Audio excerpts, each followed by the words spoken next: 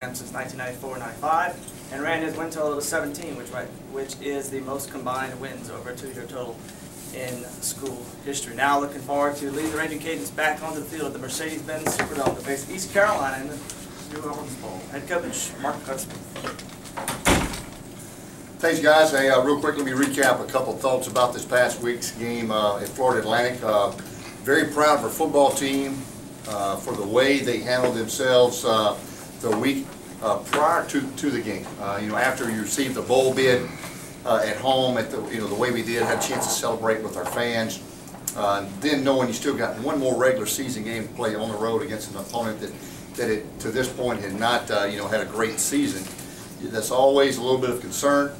Some ways, some people could look at that maybe like a trap game, but our guys kept it focused, had a great week of preparation, and like I always say, if you prepare well, you tend to play well. And I thought they went down, and I thought we played a pretty good football game. Thought for the most part a solid game. I thought offensively we got off to a great start with Terrence hitting a big run early that got him out of their 3 down front right away. They never came back to it. And then you look at what Terrence did the rest of the game. He just finished up the regular season as just in conference games led the conference in total yards, led the conference in passing efficiency, and to me, ended up being the best quarterback in the conference. And so, I thought he had a great game. Offensive line once again led the way as was able to rush the football with a lot of success, and then we threw the football not as much, but we were effective when we did. Defensively, we bent a little way too much, if you ask me, but we didn't break at times. The first play of the game was disappointing to have a busted assignment on the first play of the game when they get the football and sort of answer the touchdown. We did come up with some good stops. We finally got some turnovers. We caused 3 turnovers, and then offensively we didn't have any. Anytime you win the turnover battle 3-0, you're going to have a chance to win a lot of football games. Special teams had another really good night with their coverage units and also blocked a field goal down to punt on the 5. Thought we were very effective and efficient in the kicking game. So with that being said, we're excited now to start bowl preparation. All the coaches for this week are on the road recruiting. We'll have a skeleton practice on Wednesday with myself, the coordinators, and a lot of young coaches out there on the field with their graduate assistants, and so it'll be a chance to get our guys back out on the field in between exam days, and then they'll be working out this week, and then starting on Sunday we'll begin full speed bowl preparation for East Carolina. So with that, any questions? Coach, how key are those practices from now until the bowl game? Because not every school gets those, and I think that was one of the problems here. They never got to bowl games, so they didn't get that extra practice. Well, it's an extra spring football practice. Right now we're going to get 11 additional practices, and a lot of those practices, we're going to probably let some of the veterans go a little bit early, and we'll keep the developmental kids, the kids that have been redshirting, we'll keep them out for extra work. And then also during the course of the practices, they'll get more individualized time. Our veterans, they've been practicing now for about 18 weeks, and so we want to keep them sharp. We want to get the game plan taught to them. But the young kids, to get an additional spring football practice right now is just huge in the continuing development of your program. And to me, it had a big impact last year, and it'll only help this year. So we're excited about that part of it. Coach, congratulations again on another 8-4 season, and aren't you happy you're not Louisiana Tech? But wanted to ask you a question. You talked about the kids will be off this week for the most part, upperclassmen. Gives the opportunity for the team to heal their bodies and get a little bit of rest. But it also takes you guys out of your daily routine of going through and your daily practice meetings and all that stuff. Talk a little bit about hitting the road and what that means for these coaches now from here until time to get back to the practice field. Yeah, we had to get on the road, but most schools got through last week, and we had an additional game, a late game. So most coaches have been on the road recruiting a week ahead of us, so we had to get the coaches out. We got 7 coaches out every day this week, and then 2 coaches off the road. But our players needed some downtime. They've been grinding pretty good. We've had a lot of injuries. Some guys are pretty banged up, pretty beat up. So they'll get a chance to heal their bodies, heal their minds a little bit emotionally, get on some exams, get on their books, and get some workouts in, and hopefully have a really sharp practice Wednesday. but I know our coaches, we need to get on the road recruiting. Recruiting's going exceptionally well, and anytime that we can continue to play in bowl games, continue to play opponents like Florida, people like that on national TV, continue to get our program some national exposure, it just helps that much more. Coach, you touched on practice and how that affects the younger guys. I know last year you tinkered with some positional changes.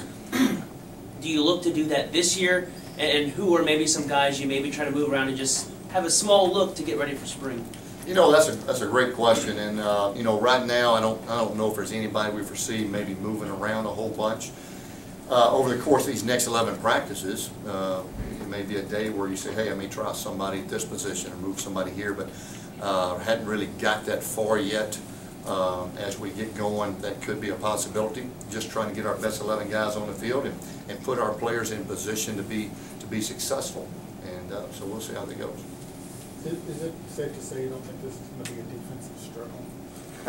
Well, you know, they're pretty good offensive football team, that's for sure. And if you watch them on film, which I've not seen an awful lot, the little bit I've seen, they're similar to us. They can run the football out of the spread. They run the read option. They got some talented wide receivers. They are a very, very good offensive football team, and just a solid, very good football team in general. They've had a lot of success. They're putting 50,000 people in the stands every week, and so they'll travel a good crowd down to the Dome also. Should make for a great college football game. Coach, the last few weeks you haven't had, like a lot of offenses in the country, 35, 40 attempts. The passing attempts have been down. You've been running the ball. Is that by design, or does that just kind of happen in those two games? About us running football? And not really having that many passing attempts. Well, I think one thing that we've had a little more success in running the football, and when, you know, like I always tell you, offensively we're going to sort of take what they give us, and you know, we've been improving. Our offensive line, to me, has played as well as it's played at any point since we've been here. Those guys are doing a great job up front. Our running backs have gotten a little more healthy. We were a little banged up at times. And Terrence Broadway, we found out, is a pretty effective runner too. And since we've been utilizing him, I think that's helped the running game also. But we want to be balanced, and I think what we've been able to do is be a little more balanced. We're earlier in the year. I don't think we were quite as balanced, and that may have been why we struggled a couple of times earlier in the year. So I like our balance right now. I like the way we're running the football. If you can run the football and take care of the ball, you got a chance to be successful. Is your mindset or the plan of running Terrence similar to how Blaine was last year, or is he just totally different type of runner the way you utilize him? You know, we probably utilize him a little bit more than we did Blaine. You know, Blaine we did a little bit, but now with the way we've evolved offensively, Terrence is a big cog in the wheel as far as our offensive production for us when we're looking to run the football, and he can really. I think he's a very effective runner. A lot of speed, probably deceptive a little bit. But our backs are doing a nice job, and some of the things we're doing offensively, scheme-wise, have been really good for us, and we'll continue trying to run the football and be effective. And am I hearing that the coaches are looking forward to these extra spring drills at the end of a long season? Oh, they're totally excited. I know this. I'm sure those 7 coaches that got the call to be on the road first, those wheels were peeling out of the parking lot. They were ready to get away from Coach Hud for a little while and get on the road recruiting. Any assistant coach at the end of the season can't wait to get on the road. And but you know, obviously we got to get out and see our committed kids. We got to get out and pound the pavement. And like I said, the recruiting's going good, and the more exposure we can continue to get, the better it's going to get too. So I'm excited about it. Coach, I'm sure you've always seen Broadway's skill set and what he can do as a player, but was there a moment when you saw maybe the light bulb go off, and or you know, when he took that step and he just kind of? Yeah, you know, he showed flashes all year. You know, he played well against Troy. He played, you know, he came in and took over a couple of games where Blaine got sort of knocked out of the game, and it was, you know, if you go back and look, the week before we played Florida.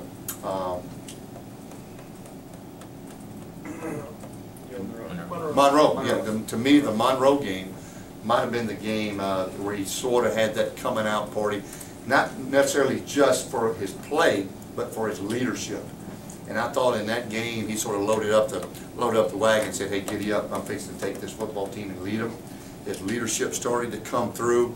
Then he took the team to Florida, performed well against one of the top defenses in the nation, and then just continued to improve each week. not just his play, but his leadership. And right now, this football team's got a lot of confidence in Terrence Broadway, and so does his coaches. Mark, your thoughts on the Sun Belt getting 4 to the bowl games and Middle and Tech not going anywhere?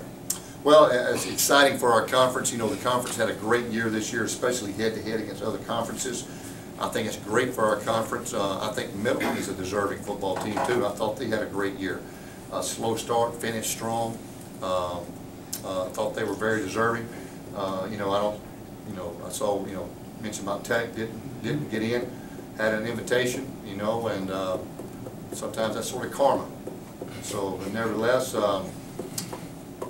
you get an opportunity, and maybe need to take it. And I know Monroe was probably looking forward to playing those guys. Back to Broadway. What did he do to figure out, or what did you guys tell him in terms of not forcing things, starting probably with that Monroe game? Yeah, he may have been trying to do a little too much early, and like you said, trying to force things, and felt like everything was on his shoulders. And I think he felt like the fans, the team, that everything was just on him to make every play. And I think once he realized, hey, let me just throw the ball out here to Harry Peoples, let me flip it out here to Javon Lawson, and let them make plays. I think he realized he didn't have to do it all. He made good decisions, and I just managed the game well, and it's just made all the difference in our offensive football team by us not turning the ball over. Special teams, you played more starters on special teams. How much of a benefit was that, and will that be in the bowl game too? Hopefully we can continue to do that. We've lost so many guys that were critical in special teams. Marcus Jackson's, some of our freshman linebackers.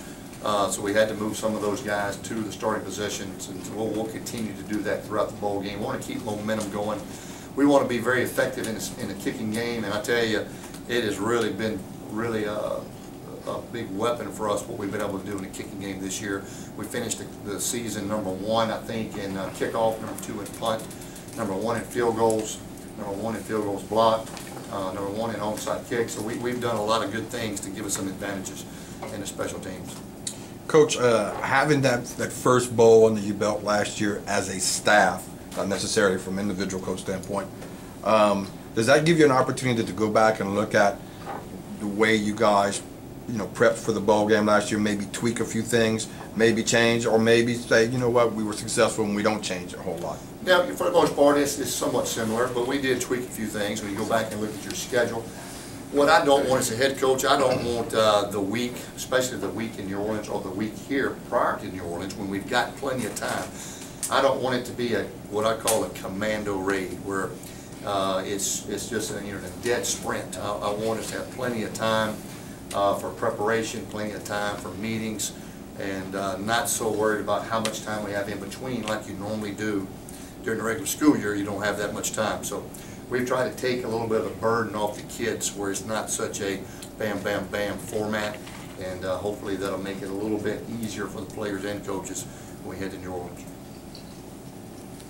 Coach, can you talk a little bit about what it says to your team? You had your goals already in your pocket this past Saturday. You come out, you're playing against not even a crowd, it's a group. And your guys still step out there and they do what they have to do. Like I said, that was a concern. But our kids, you know what, we had an early wake up, a little earlier kickoff than we normally had. And our kids woke up and came downstairs with a really good looking eye. I think they were just excited about getting to play another game. I think these seniors realize, hey, you know what, I better cherish each one of these games because they're running out pretty quick. And I thought our seniors really stepped up and been doing a nice job leading this team. They know that their time is running out. They want to take advantage of every opportunity. So that was exciting to see us come out and play the way we did in that type of situation. We got some kids that just love to play the game, and that's what's exciting as a head coach. One of those seniors coaches, Blaine Gauthier, and I know he's gotten a little time the last 2 weeks. He's the backup quarterback, but earlier this season when he got hurt, you mentioned that you guys might try him at safety. Did that ever get experimented with, or did you at some point say, no, we're just going to keep you at QB? Yeah, a little bit at practice, but his hand didn't progress like we thought it would. We thought he might have been released to get back a little bit earlier, which would have gave him a little more work, a little more time to prepare for that position. But, you know, when you only have one quarterback, and when he came back, we just felt like, hey, you know what, as much as we run Terrence Broadway, we better make sure our backup quarterback is ready to go. And the other guys, we had gotten a little more depth at the safety position. T-Pat, some of the guys had really picked it up and were playing much better. So we didn't really feel that urgency to have to put him back there like we did early in the season when we were really struggling. I felt a little bit back there. Justin Anderson, on the field, besides just the nature of that position, what has allowed him to be as effective as he has been? He's an instinctive football player. That's the thing I can tell about Justin Anderson. He is, some players have that instinct. Some players have speed. They have size, strength, and they just look like a Greek god. But they don't make tackles. They don't make plays. Justin Anderson has got that instinctive football just sense to him. He's just got a nose for the football. Makes a lot of tackles. Makes a lot of plays. Most of the time, he's in the right position, and that's what allows him to make so many plays. He's very instinctive. Is there anything you did last year or didn't do last year that you want to do this year when you head to the bowl game? When we head to the bowl game? Yeah. I don't know. I tell you, last year we got a chance to do a lot of neat things down in New Orleans, and I know we've got some different things planned. I just hope they feed us pretty good. I know the team, but we ate last year. It was really fantastic. So I know we're looking forward to all the dinners we get to eat and go to, and we'll get to go to the aquarium one day. And there's a lot of things we've got on store for these kids because it's a reward. When you go to the bowl game, you know you're going to practice hard, you're going to prepare hard, but it's still got to be a reward. It's got to be a reason that you want to go to the bowl game. You know, get the bowl gifts, to have those experiences that you have in New Orleans when you get to take your team to different places and you get to bond and with your fans and with your teammates and your family. So it'll be an exciting time. I'm just looking forward to a little bit of family time while we're down there, a little bit of good food and good fellowship. I know a great contingent of fans. You won't be able to get a room probably anywhere close to our team hotel, so it'll be a great environment. Back to Justin, last year in the New Orleans Bowl, he made a big impression, at least from a statistical standpoint. For you, is that when you kind of first noticed what you kind of have here going forward? Yeah, and Justin got thrown into the starting role last year, if y'all remember, when D-Lou got hurt during pregame warm-ups, and Justin came in and played the entire game, played really well. Up to that point, and Justin, to tell you, I always felt like Justin was a guy that sort of cruised, but it's the way he runs. He sort of glides. He plays a lot faster than he looks like he's playing. And once I realized what type of player he was, and put him on the field, he showed me that he can make a lot of plays, and I'm a big Justin Anderson fan. And so I've just been really proud of the way he's come on and developed nicely as a player and as one of our leaders on defense.